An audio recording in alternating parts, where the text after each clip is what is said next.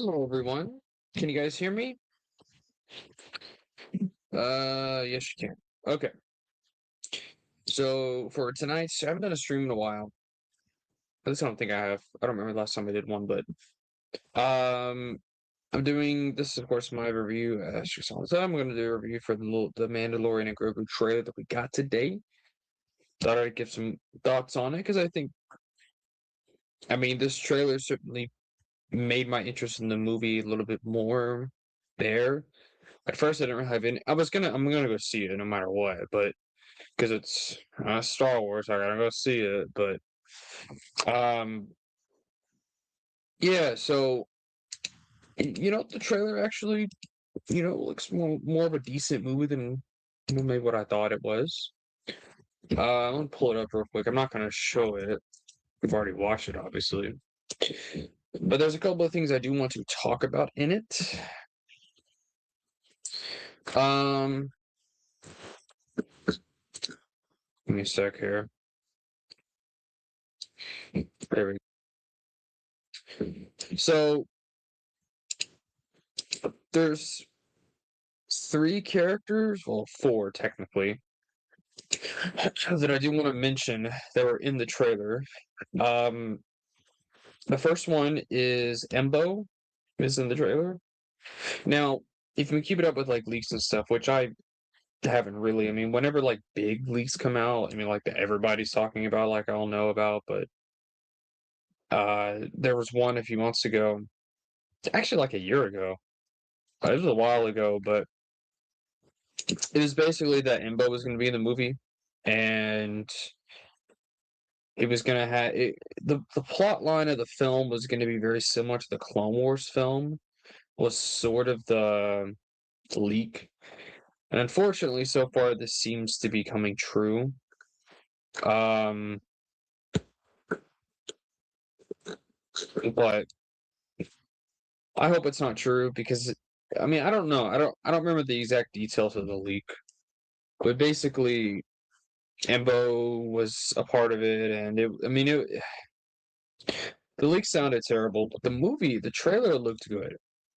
I'm not gonna lie. I mean, I'm interested in it. I mean, yeah, because Imbo's in it. That's one of the reasons. I mean, Imbo is a badass character. Um, so the other characters that are there's gonna be three Hutts in it. There's gonna be the twins from the Book of Boba Fett show, and then there's gonna be Rhoda the Hutt from the Clone Wars film.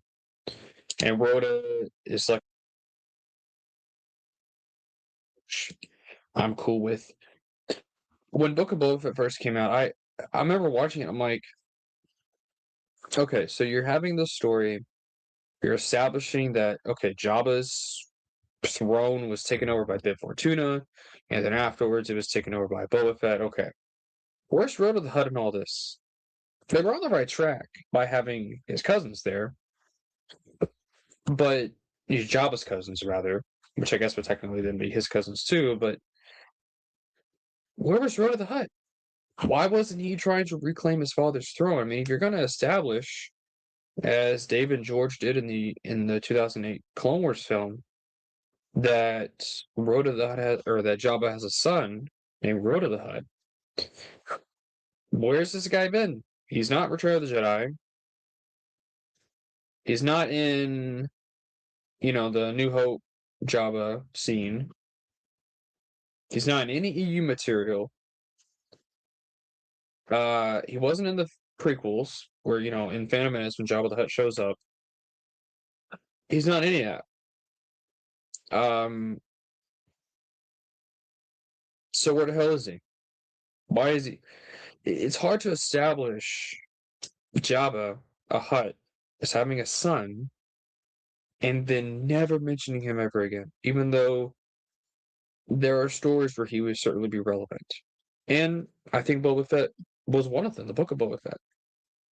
Um, Now they had his cousins trying to reclaim his throne, which I was cool with, but Road of the Hutt should have been in that show. Now let's talk about the twins, the Hutt twins that we saw. I liked those characters when they showed up. In fact, They should have been the main villain of the Book of Boba Fett, not the Pikes, not Cad Bane. You can have Cad Bane in it in some way. I'm not necessarily opposed to that, but I can tell you what, the Hutts and Cad Bane are much more interesting villain than the Pike Syndicate of all people, or of all groups. Um, so I remember when that show came out, and I remember when the Hutts debuted. I was like, yes, because I had been wanting live action Hutts since, I mean, in new Star Wars media, um, for a while. So when I saw it, I was like, yes, live action Hutts. But then the next episode, they like check out because oh, the Pikes are involved, and we're gonna. It's just stupid, you know. And then they give Boba Fett a Rancor, and then Chrysanthemum. I mean, it's just. I mean, Chrysanthemum was cool in it, but man, the Hutt should have been the main villain of that show. The whole show is about Jabba the Hutt taking over a criminal empire run by the most powerful of all the Hutts. Of course, the Hutt should be involved. Duh. And Jon Favreau kind of had the right idea, but then he didn't follow through with it. So, um, but I am excited to see those two characters in this movie. Hopefully, we actually get them some names because we don't even have official names for them yet. And hopefully, we can kind of establish who they are, what they run, what they're all about, where they've been, because they weren't in TCW and the Hut Council, so we may not get all those questions, but hopefully some of them. Road of the Hut, I mean, we've gotten a clue as to what he's been up to. He's clearly been doing some, gladiator work, which I'm fine with. I mean, I would like for them to answer why he is not interested in Jabba's throne or Jabba in general. Um, there's a couple of scenes of Din without his helmet in the trailer, which obviously implies that that's going to be a big deal in the movie. Um, which I'm cool with. I think Pedro Pascal is a good actor. Um, it's but at the same time, it's like we just had a whole season of Mando trying to restore his, how much you would call it, trying to get back to restored in the good graces of his Mandalorian cult that he was in, and I guess that doesn't. See, that's the problem with Mando, the Mandoverse. At least just the Mandalorian show and in the movie now. They keep flip flopping on what they want. Razor Crest gets destroyed. Oh, it's back. Grogu gets with the Jedi. Oh no, he wants to go back with Mando.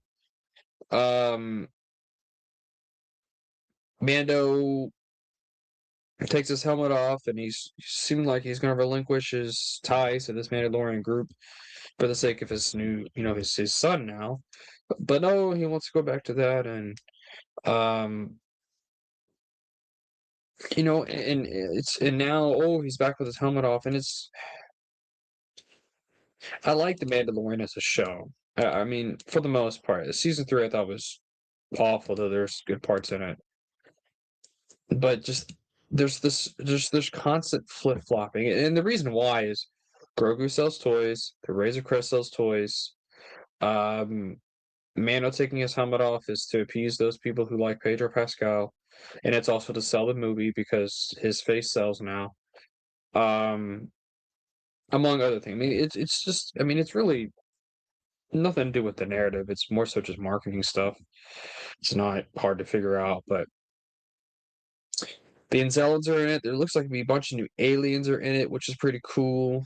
Of course, I have no issue with that. I like world building. Um, Zeb is going to be in it, which I'm excited to see him. I like Zeb. I think he's a cool character. I would say my query with him being in it is what does this have to do with the Ahsoka show? Because it's gonna do something with it. Because I imagine the movie, Zeb's gonna find out Ahsoka and Sabine are missing, Ezra's back and he reunited with Hera. So I imagine that's going to be addressed. I would think so. Um, um, there's some things I do want to share though. I think there's couple of scenes I want to watch here or like share with you, but this scene here, this looks like Endor. It's either that or it's the jungle planet from The Rise of Skywalker. I think it was called Agent Kloss, I think was the name. I only know that because of Battlefront 2, by the way. That's the only reason why I know that. The twins, they look really good this season, or this movie, whatever. It's basically another season of the show. They look really good. They look a lot better than they did in Book of Boba Fett, so I'm pretty pleased with that. Embo looks great. I don't have any issue with that. This looks like Corvus. This looks like some of the HK droids that were on Corvus. Uh, I Grogu, stupid scene. I don't understand the point of that. Obviously this looks like Scarif. That does not mean it's Scarif, of course. It could just be another planet with shores and palm trees and stuff, but it looks like Scarif. And it wouldn't be if the rebellion, but well, the New Republic at this point, I mean, it makes sense for them to want to build a base there on Scarif. Sigourney Weaver is going to be in the movie. I'm excited to see her. She's a wonderful actress. I love a lot of her work. I'm trying to see what other clips we got here. There's like this white snake kind of scene that looks cool. I wonder if that's based off concept art of some kind. It looks like it would be. It looks like something Ralph McQuarrie would make. Um, I don't really have much else to comment on. Oh, this scene. I was talking to Titus and Ken and Drake about this earlier. This is the wrong blasters for them. I mean, these look like A280s, which A280Cs, which are those are Rebel blasters. Those are not Imperial blasters. Interesting. Um, I think I forget the name. Martin Sor. What? How do you say his last name? Let me look it up here. It's kind of embarrassing. Scorsese, Michael Martin Scorsese. He voices this character. Um, for those who care. I mean, he's a great actor. I don't know why they're not giving him a proper role. There's an Imperial. It's on the cast list. It's not this one. There's another one. It's on the cast list. Also, I do want to. Is that a super battle droid in the background? I think that is. Maybe it looks like one. They look great though. These twins look really good. I'm really happy with it. They look awesome. Um, but anyway, there's on the cast list. There is an Imperial warlord. I guess I can probably look it up here. Um, let me look up his name real quick. The actor, rather. His name is John Coyne.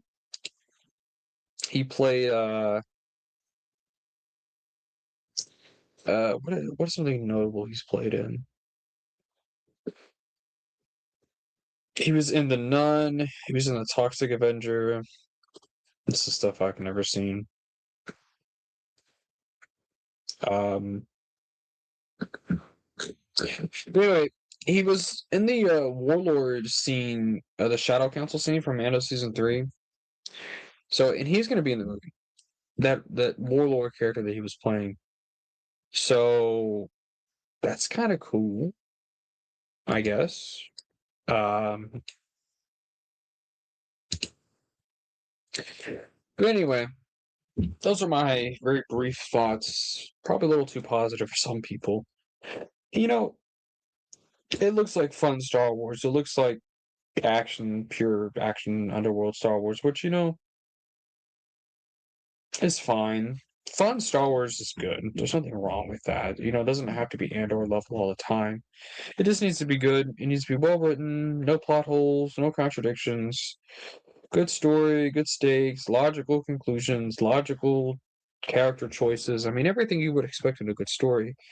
That's all I expect in Star Wars. Whether it be something like the NJO or something as minuscule or minute as like a Marvel comic from the 70s. I mean, that's what I expect. And and if they're gonna want to put this on a big screen, I'm gonna have a lot of high expectations. So, and the reason is, you're paying money for it, and either way, ultimately, I'm a fan. As every one of you are. So, if they're gonna make Star Wars, it needs to be good, obviously. So I don't even know why I have to say this, but apparently I have to. It looks good. I'm gonna go see it.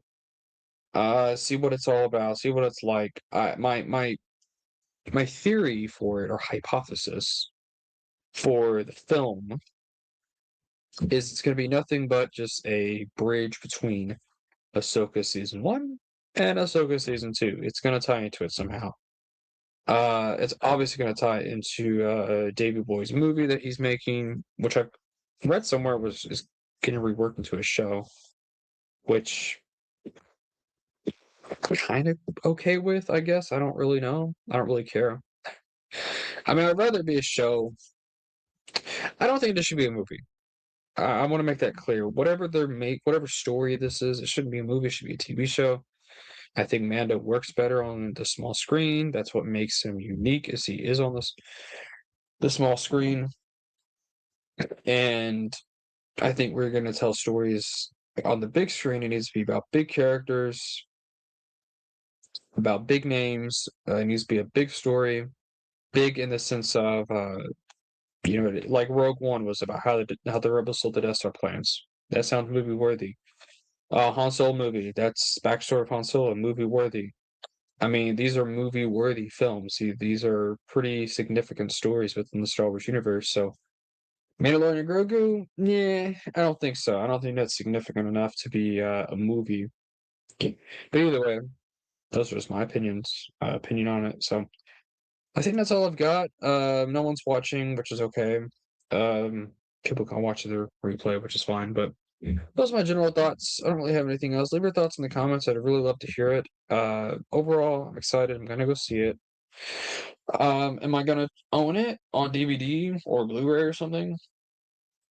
Depends. It really does depend. Probably not because ultimately it's gonna be put on Disney Plus. In fact, I would venture to guess it'll be on Disney Plus in like 2 months after its release. That's my theory. By the end of the summer. I mean, Mandalorian Grogu is a streaming that's what launched Disney Plus. That was one of the inaugural shows on that platform. So I really don't like the idea of them making it into a movie.